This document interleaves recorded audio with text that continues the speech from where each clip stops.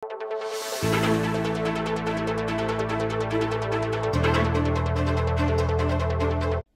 yakarame piling syudad na ning Angeles antimong national finalist king walang gutom awards ning Department of Social Welfare and Development o DSWD.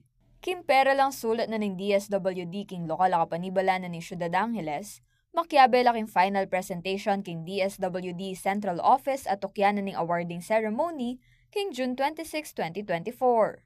Mapilan ka rin programa na ning syudad na meging sangkan king pamakyabe da, in plastic palit bigas program at ing Pusong Mamon program.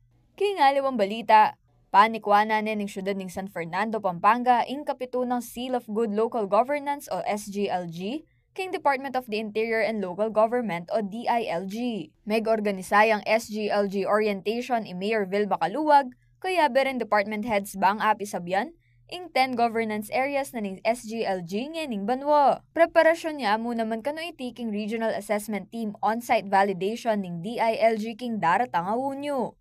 At atanda ng menikwa ng SGLG ing CSFP, karang banwang 2016, 2017, 2018, 2019, 2022 ampong 2023. Samantala, merapat naman ning gender sensitivity training para karang empleyado ni munisipyo ning syudad Mabalacat.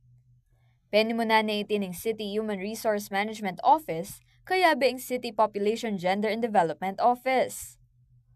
Nasa na kanuning may sabing training in pasik na nga ning kebalwan darang empleyado, kim pa magrespondi ka rin gender-specific needs ang pong issues, lakos na karang lalapit king City Hall at kim pa mamiyang serbisyo publiko.